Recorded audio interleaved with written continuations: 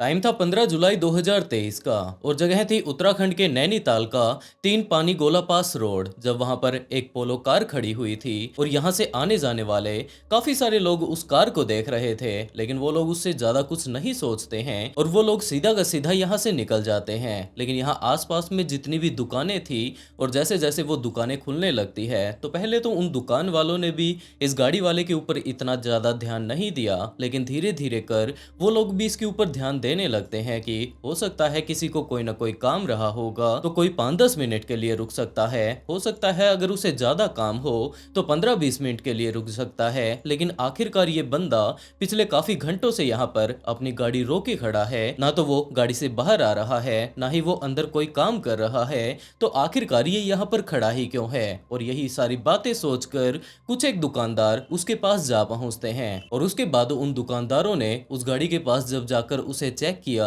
तो उन्हें पता चलता है कि इसका ड्राइवर तो पीछे वाली सीट पर बैठा हुआ है और इस टाइम उसने अपनी आंखें बंद कर रखी हैं। तो उनका ये अंदाजा था कि जरूर ये कहीं ना कहीं दूर से यहाँ पर गाड़ी चला कर आया होगा और उसके बाद हो सकता है ये थक गया हो तो अब ये थोड़ा आराम कर रहा होगा, हमें इसे परेशान नहीं करना चाहिए। यही बात सोचकर वो सारे के सारे लोग वापस से जाकर अपनी अपनी दुकानों पर काम करने लग जाते हैं। लेकिन उसके बाद लगातार टाइम बीतता जा रहा था, लेकिन जो ये गाड़ी वाला बंदा था ना तो ये गाड़ी से नीचे उतर रहा था और ना ही यहाँ से अपनी गाड़ी लेकर जा रहा था। धीरे धीरे कर इन लोगों को इसके ऊपर शक होने लगता है कि जो ये बंदा इस टाइम गाड़ी के अंदर बैठा हुआ है क्या ये सही सलामत भी है। तो वो लोग उसके पास जा पहुंचते हैं, जाकर दरवाजे पर नॉक करते हैं, शीशे पर नॉक करते हैं, लेकिन अंदर वाला बंदा किसी भी तरीके से कोई भी रिएक्शन नहीं देता। और कुछ एक देर बाद तो इतने सारे लोगों का यहाँ पर जमघट लग जाता है इस बात को जानने के लिए कि आखिरकार इस बंदे के साथ हुआ क्या और जो ये बंदा अंदर इस टाइम आंखें बंद करके बैठा हुआ है ये सही सलामत है भी या नहीं, या फिर हो सकता है इसे हार्ट अटैक वगैरह आ गया हो, इसे मदद की जरूरत हो। तो वो लोग और ज्यादा अब जोर जबरदस्ती करके उसकी पूरी ही गाड़ी को हिलाने लग जाते हैं। लेकिन अंदर वाला बंदा फिर भी जब कोई भी रिप्लाई नहीं करता तो नैनीताल पुलिस के पास संपर्क किया जाता है और इस बंदे के बारे में जो कुछ भी वो लोग पुलिस को बता सकते थे वो सारी ही चीजें पुलिस को अब बताई जाती हैं। तो पुलिस ने आकर जब इस गाड़ी को संभाला, जैसे तैसे कर मशक्कत करके इसका दरवाजा खोलकर इसके अंदर बैठे हुए बंदे को संभाला जाता है, तो इस टाइम उसकी सांसें नहीं चल रही थी। पुलिस का यही अंदाजा था कि जरूर ये बंदा रात को यहाँ पर आया होगा और उसके बाद ये थक हार गया होगा, जिसके चलते ये पीछे जाकर थोड़ी देर के लिए आराम करने लगा होगा। अब गाड़ी पूरे तरीके से बंद थी, अभी तक इसका एसी चल रहा था, तो जरूर इसका ऑक्सीजन वगैरह अंदर से हो सकता है खत्म हो गया हो और उसके बाद धीरे धीरे कर ऑक्सीजन की कमी से इस व्यक्ति की डेथ हो गई होगी। लेकिन अगर हम लोग इसे टाइम से हॉस्पिटल पहुंचा देते हैं तो क्या पता अभी भी इसकी जान बच जाए, तो जल्दी से जल्दी उसे हॉस्पिटल पहुंचाया जाता है। लेकिन वहां पर जाने के बाद डॉक्टर्स इस बात से साफ इनकार कर देते हैं कि ये बंदा अपनी जान गंवा चुका है, अब इसे लाने का कोई भी फायदा नहीं है। दूसरी तरफ पुलिस ऑफिसर्स का अब ये टास्क था कि आखिरकार ये बंदा कौन है, क्योंकि इसके घर वालों को भी तो इन्फॉर्म करना है। लेकिन इस घटना से एक रात पहले ही इस बंदे की मिसिंग कंप्लेंट पुलिस के पास दर्ज करवा दी गई थी। इसके परिवार वालों को वहां पर बुलाया जाता है क्योंकि एक बंदे की मिसिंग कंप्लेंट दर्ज करवाई गई थी, इसकी शिनाख्त भी करवानी थी। तो उन लोगों ने आते ही इसे पहचान लिया और उन्होंने पहचानते ही बता दिया कि ये तो उनका बेटा अंकित चौहान है। तो पुलिस वालों ने अब उन्हीं से पूछताछ करनी शुरू कर दी कि आखिरी टाइम में ये कहां पर गया था, और हम लोगों को जैसा कि लग रहा था कि शायद इसने ऑक्सीजन के कारण अपनी जान गंवाई है, तो आप लोगों ने इसकी मिसिंग कंप्लेंट दर्ज क्यों करवा रखी है, आखिरी टाइम में ये कहां पर चला गया था जिसके बाद कि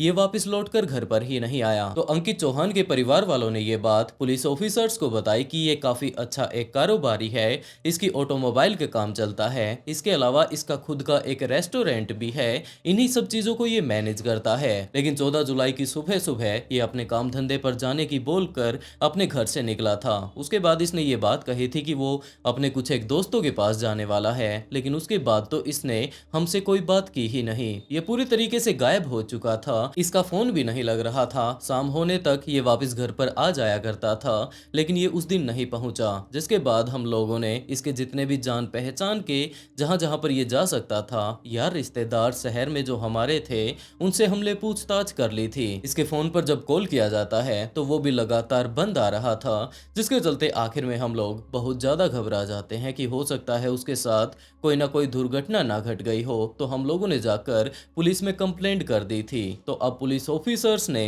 जहां पर इसकी गाड़ी खड़ी हुई थी वहां पर मौजूद जितने भी सीसीटीवी कैमरास थे उन्हें चेक करना शुरू कर दिया, और इसके अलावा ये भी चेक करना शुरू किया क्योंकि इसके घर वाले ये बात बोल रहे थे कि ये अपने कुछ एक दोस्तों के साथ पार्टी करने के लिए जाने वाला था। तो किस बंदे के साथ इसकी आखिरी टाइम में बातें हुई थी, और इसके कॉल रिकॉर्ड्स को जब चेक किया जाता है तो ये बात पता चलती है कि ये माही नाम की एक लड़की से काफी ज्यादा बातें करता है, और आखिरी टाइम में भी ये उसी के पास गया था। तो पुलिस ने अब माही के बारे में जानना शुरू कर दिया।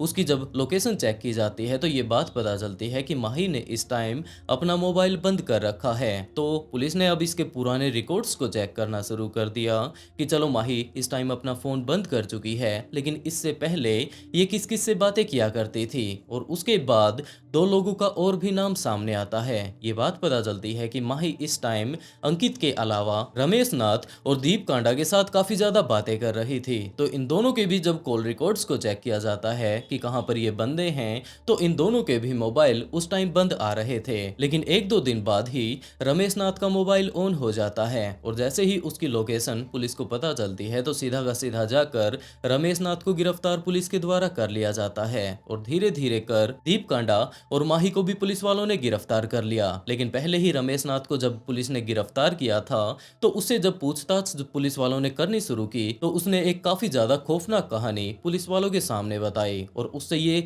लगभग केस सामने आ चुका था कि आखिरी टाइम में अंकित चौहान के साथ क्या कुछ हुआ था और उसकी गाड़ी यहाँ पर कैसे आन पहुंची। रमेश नाथ ने अपनी पूरी की पूरी कहानी पुलिस ऑफिसर्स को बता दी। लेकिन इस टाइम माही और दीप कांडा दोनों के दोनों गिरफ्तार किए जा चुके थे, तो उनसे भी पूछताछ पुलिस ऑफिसर्स के द्वारा की जा रही थी। और उनकी पूरी की पूरी कहानी ये थी कि माही और अंकित चौहान एक दूसरे के काफी ज्यादा करीब थे, ये एक दूसरे से प्यार किया करते थे। एक तरीके से ये लोग इस टाइम एक रिलेशनशिप में थे। माही जल्दी से जल्दी अंकित से शादी कर लेना चाहती थी, शायद जिसका कारण ये भी था कि वो उसकी नजर उसकी प्रॉपर्टी के ऊपर थी। लेकिन अंकित अभी शादी नहीं करना चाहता था, जिसके चलते वो इसी टाइम किसी और के साथ भी रिलेशनशिप में आ जाती है, और वो था दीप कांडा। दीप कांडा माही का काफी ज्यादा अच्छे से ध्यान रखा करता था, और इसी टाइम माही को ये बात पता चलती है कि उसके ऊपर तो काल सर्प दोष है, जिसके लिए कि उन्हें हवन वगैरह करना होगा, एक सांप की जरूरत होगी, और ऐसे ही कुछ एक विधि विधान के साथ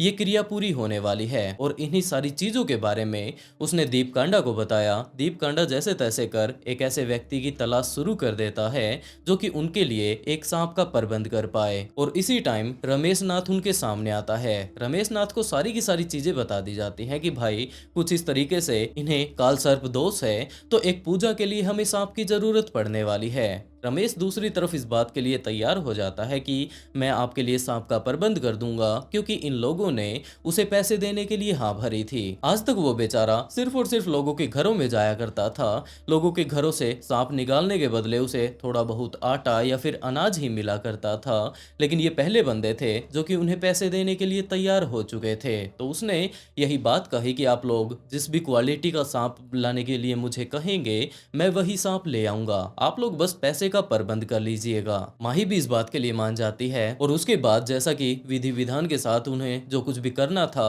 अपना काल सर्प दोष हटाने के लिए, वही सारी की सारी पूजा वो लोग करने लग जाते हैं। और उसके बाद रमेश नाथ को कुछ एक पैसे देकर वो लोग वापिस भेज देते हैं। लेकिन इस मुलाकात के बाद माही रमेश नाथ के भी साथ अब बातें करने लगी थी, और अब तो माही के पास उसका एक नया बॉयफ्रेंड आ चुका था। लेकिन दूसरी तरफ अगर अंकित को देखा जाए तो अंकित इसे छोड़ना नहीं चाहता था। माही को तो अब दीप से ही बहुत ज्यादा प्यार हो चुका था, जिसके चलते जैसे तैसे कर वो अंकित से पीछा छुड़वा लेना चाहती थी। और इसी टाइम उसने ये सारी की सारी चीजें दीप को बताई, और इन दोनों ने दोबारा से रमेश नाथ से संपर्क किया, और उसे ये बात डिटेल से वो लोग अपने तरीके से बताने लगते हैं कि इसका एक बॉयफ्रेंड है, अंकित चौहान उसका नाम है। वो लोग अपने तरीके से उसे बता रहे थे ताकि जैसे तैसे कर वो लोग रमेश नाथ को तैयार कर लें। उन्होंने ये बात कही कि पहले ये उसके साथ साथ रिलेशनशिप में थी उसके पास इसके काफी सारे फोटो और वीडियो हैं, जिसके कारण वो इसे ब्लैकमेल करता है, वो इसे मारता पीटता है।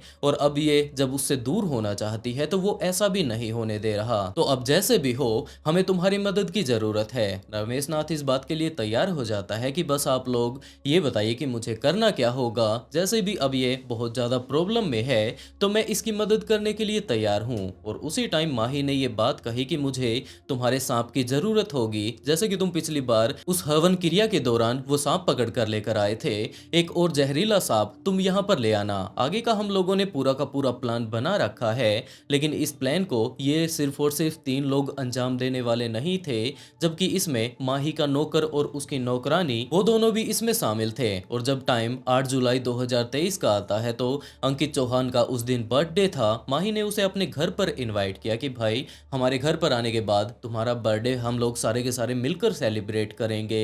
लेकिन अंकित को इस बारे में कोई अंदाजा नहीं था कि माही इस टाइम उसे मारने की तैयारी कर रही है। अंकित सीधा का सीधा उसके घर पर जा पहुंचता है। वो सारे ही लोग मिलकर पार्टी करने लगते हैं। अंकित को वो सारे ही लोग मिलकर जमकर शराब पिलाते हैं, लेकिन उस टाइम वो लोग इतनी हिम्मत नहीं कर पाए कि उसी सांप से वो लोग इसे डसवा पाए। ये पहला पहला उनका कत्ल था तो वो लोग इतनी हिम्मत नहीं जुटा पाए। और दूसरी तरफ अंकित भी इस टाइम भले ही उसने ज्यादा शराब पी ली हो, वो नशे की हालत में नहीं था। वो बिल्कुल अच्छे से हिल डुल सकता था, इधर उधर उसके घर में बड़े ही आराम से घूम रहा था।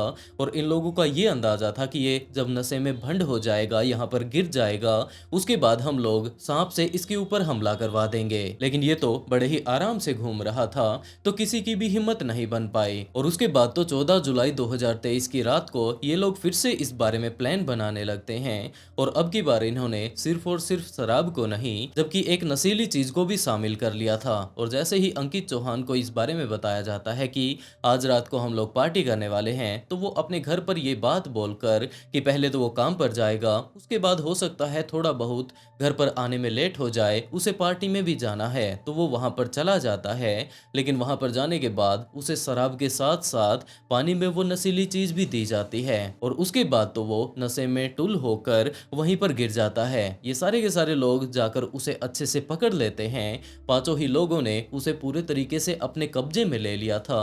और उसके बाद उस सांप से इसके एक पैर पर डंक मरवाया जाता है। लेकिन माही को अभी भी शक था कि हो सकता है ये अभी भी जिंदा बच निकले, तो हम लोगों को इसे कंफर्म मार देना है। जिसके चलते सांप को लेकर दोबारा से सपेले से ये बात कही जाती है कि इसके दूसरे पैर पर भी एक डंक मरवा दो। और सपेरा बिल्कुल ऐसा ही करता है। उसके बाद ये लोग एक गाड़ी में इसे बैठाते हैं, ये बात कंफर्म हो लेने के बाद कि ये अपनी जान गंवा चुका है। लेकिन इनका सबसे पहला प्लान ये था कि हम लोग इसे एक पहाड़ी से नीचे धक्का दे देंगे। सारे के सारे लोग यही बात सोचेंगे कि जरूर इसका एक्सीडेंट हो गया होगा और उसके बाद इसने अपनी जान गंवा दी। लेकिन जिस स्पेसिफिक जगह पर जाने के बाद ये लोग इसकी गाड़ी को नीचे धक्का देने वाले थे, वहां पर इन्होंने देखा कि इस टाइम काफी सारे टूरिस्ट आए हुए हैं। यहाँ पर तो भीड़ लगी हुई है और कोई ना कोई इसके पास मदद के लिए जा पहुंचेगा। और वहां पर जाकर जब इसे देख तो उन्हें यही बात लगेगी कि इसने अपनी जान नॉर्मली नहीं गंवाई है और हम लोग भी वहां से अच्छे से नहीं भाग पाएंगे।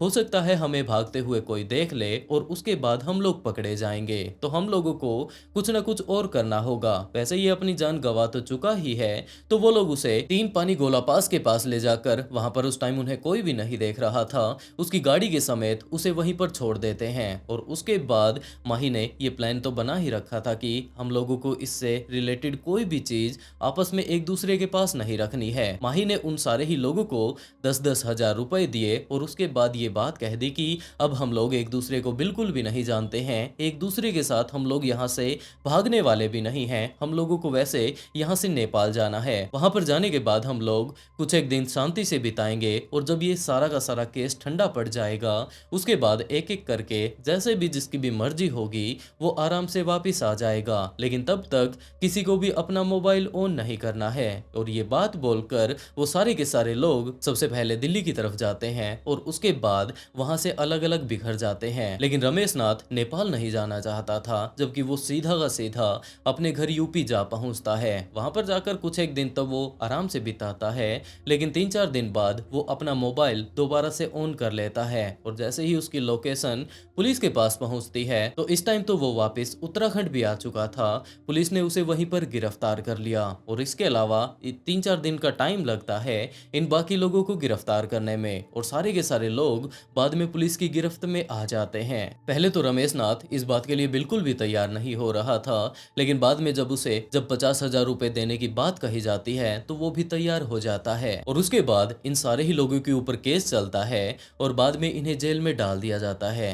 आप लोगों ने ये पूरी की पूरी कहानी सुन ली है। आप लोग इस केस के बारे में क्या कहना चाहेंगे? आप लोग अपनी राय कमेंट बॉक्स में बता सकते हैं। और दोस्तों, इसके अलावा इसी तरीके के काफ़ी सारे ट्विस्टेड केस मैं यहाँ पर लेकर आता रहता हूँ। तो अगर आप लोगों को क्राइम स्टोरी में थोड़ी सी भी दिलचस्पी है तो ऑफबीट पॉडकास्ट को सब्सक्राइब जरूर कर लें, क्योंकि ऐसी ही कोई ना कोई और इंटरेस्टिंग स्टोरी बहुत जल्द मैं यहाँ पर लेकर आने वाला हूँ। और इसी के साथ दोस्तों, आज का शाउट आउट स्माइलिंग ब्रेव को and write a beautiful comment to get a shout out in next video. बहुत जल्द मिलते हैं एक और नए ट्विस्टेड केस के साथ।